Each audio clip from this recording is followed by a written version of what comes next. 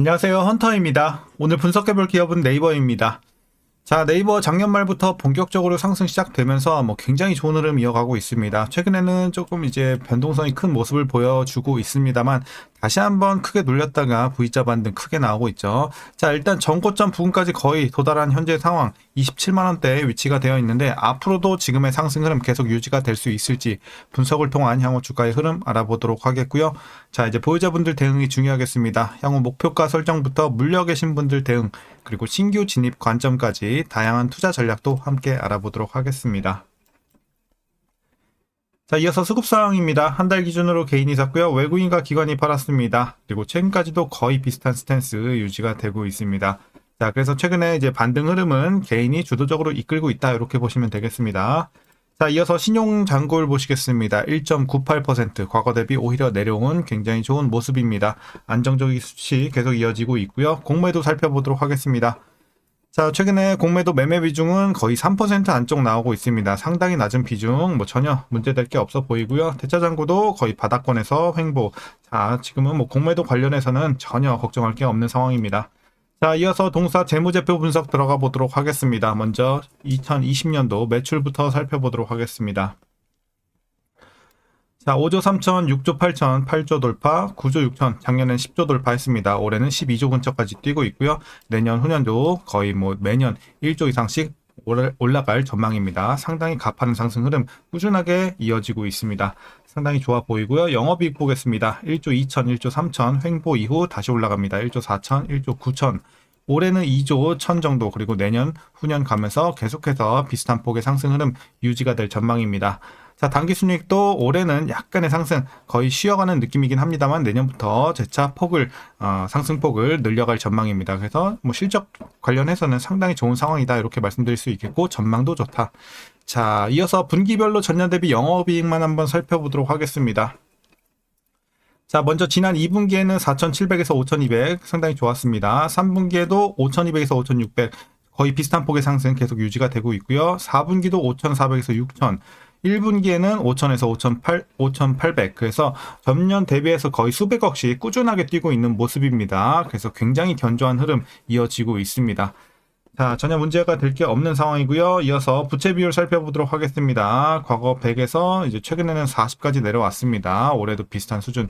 자, 내년 후년 가면서 여전히 계속해서 우하향할 전망입니다. 그래서 지금도 굉장히 좋은 상황이지만 향후에는 더 낮아질 전망입니다. 재무 건전성 상당히 우수합니다.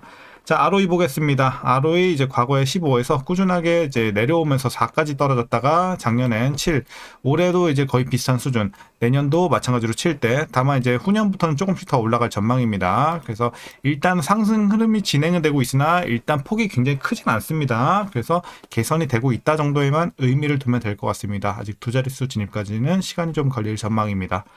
자, 이어서 EPS도 마찬가지로 꾸준한 회복세 이어지면서 상당히 전망도 괜찮습니다. 자, 그리고 배당금 보시겠습니다. 올해 1255원 전년 대비 소폭 올라갈 것으로 보여지고 있고요. 만일 이대로 배당을 하게 된다면 현재 종가, 자, 주가 기준으로 계산했을 때 배당 수익률은 약 0.46% 기대해 볼 수 있겠습니다. 배당은 좀 다소 소소하다는 점 참고하셔야 되겠고요. 마지막으로 현재 PER 21.67배, PBR은 1.48배 나오고 있습니다. 그리고 현재 주가 밸류에이션 상황은요. 자, 주가가 많이 올라왔지만 여전히 저평가 구간에 위치가 되어 있다. 상당한 저평가 구간 여전히 말씀드릴 수 있겠습니다. 아직도 많이 쌉니다. 자, 이어서 동사 관련 이슈 한번 살펴보도록 하겠습니다. 자, 최근에 들어온 가장 큰 호재죠. 바로 엔비디아 관련 이슈입니다. 자, 지난달 31일 네이버는 엔비디아와 피지컬 AI 플랫폼 공동개발 업무 협약을 체결을 했습니다. 엔비디아는 2030년까지 네이버를 비롯 삼성, SK, 현대차 등 국내 주요 그룹에 총 26만 장의 GPU를 공급하기로 했고요. 네이버는 이 가운데 6만 장의 블랙웰 GPU를 확보를 하면서 단일 기업 기준 최대 수준을 확보했다는 소식입니다.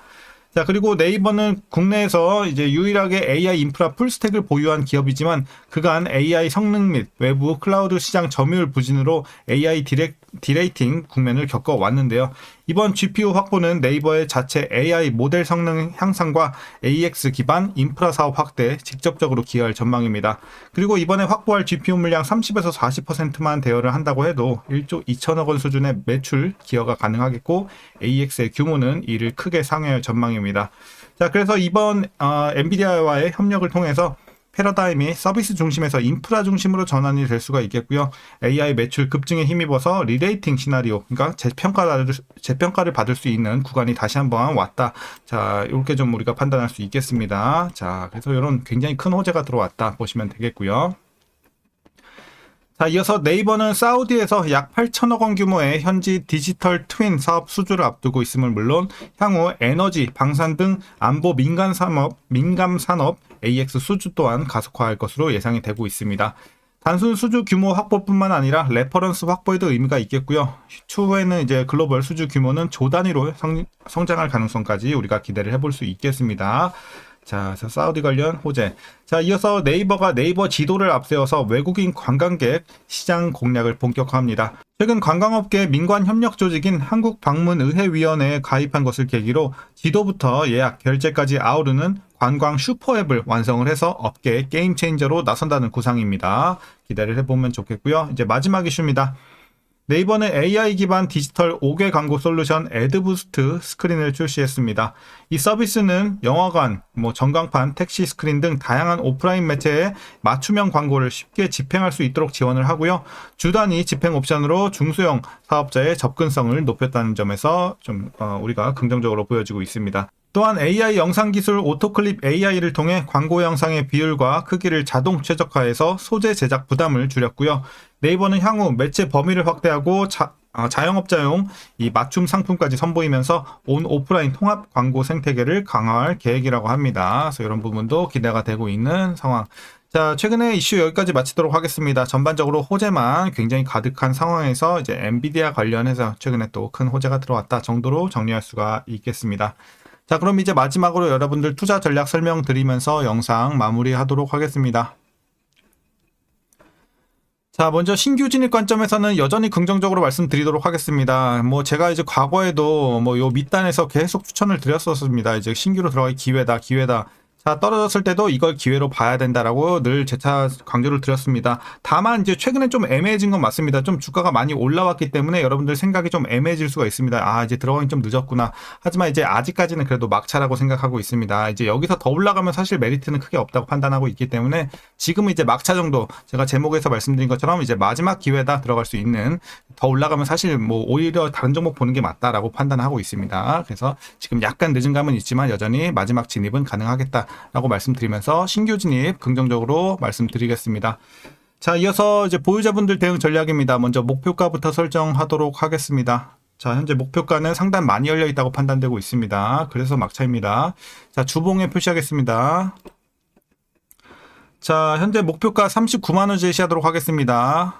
자, 39만원까지 일단 맥스로 충분히 노려볼 수 있는 상황이다. 업사이드가 상당히 많이 열려있고, 그럼 익절은 언제부터 시작하냐? 자, 아직은 계속 보유만 하시길 바라겠습니다. 개인적으로, 자, 32만원. 자, 여기까지는 그냥 계속해서 보유만 하시길 바라겠습니다. 32만원부터 조금씩 덜어내시면 될 것 같고, 아직은 익절하는 구간은 아니다라고 판단하고 있습니다. 자, 그래서 32만원부터 조금씩 올라갈 때마다 분할로 잘 팔아 나가시면서 최종 39만원까지 일단 보는 전략 제시하도록 하겠고요.